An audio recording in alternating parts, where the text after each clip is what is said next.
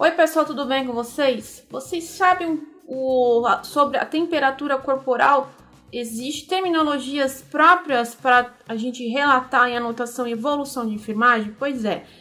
A temperatura corporal, vocês nada sabem, né? Que são as pessoas aí com temperaturas entre 36, 37, 38, aí dependendo, né, se tiver uma patologia que altera, né, a função orgânica do nosso organismo.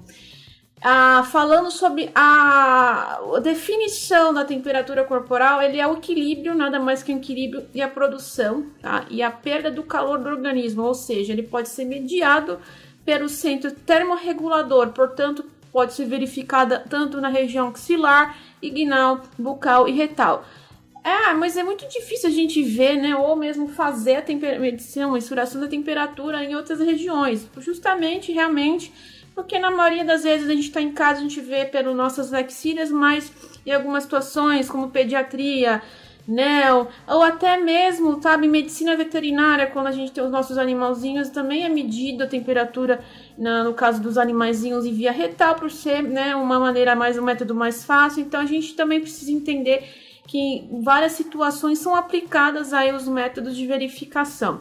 Agora, a terminologia da temperatura, a gente precisa saber que na terminologia é importante a gente relatar na anotação, evolução, quando o paciente encontra-se aí com certo tipo de temperatura. E tem um padrão, né, de um certo tipo, para cada temperatura existe um termo certo.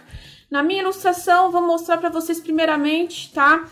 O termo hipotermia é nada mais quando o paciente encontra com a temperatura de 35 graus para menos. Então, quando o paciente vem de centro cirúrgico, por exemplo, muitas vezes ele está hipotérmico, então precisa instalar uma manta térmica ou cobertores, porque justamente vem de um procedimento.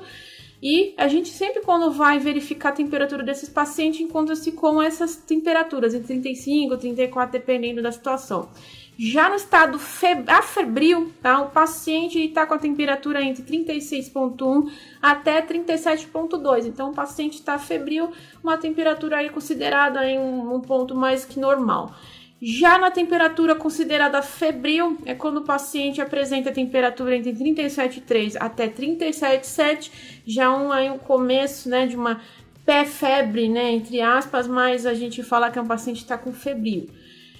Já na termo febre, que a gente mais utiliza no nosso dia a dia, quando o paciente está com a temperatura entre 37,8 até 38,9. Então é importante a gente relatar quando o paciente está com febre, que existe esse termo em específico.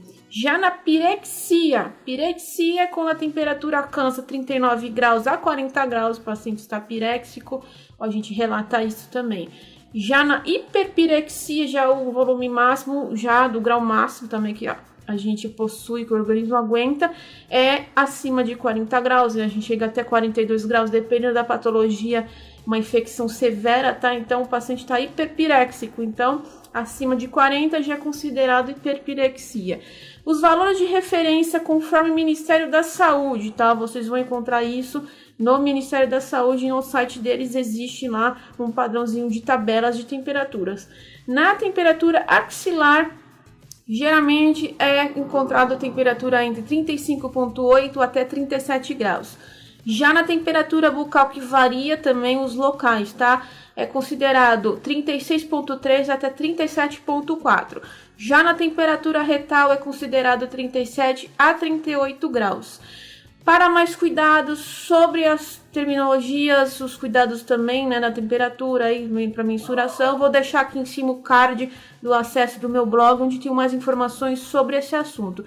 Se você tiver dúvidas relacionadas a esse assunto, pode deixar nos comentários que nós vamos respondendo conforme as perguntas são feitas. E também a convido a se inscrever e ativar o sininho, que semanalmente estamos publicando vídeos relacionados à enfermagem. E eu fico com vocês por aqui e até mais, pessoal.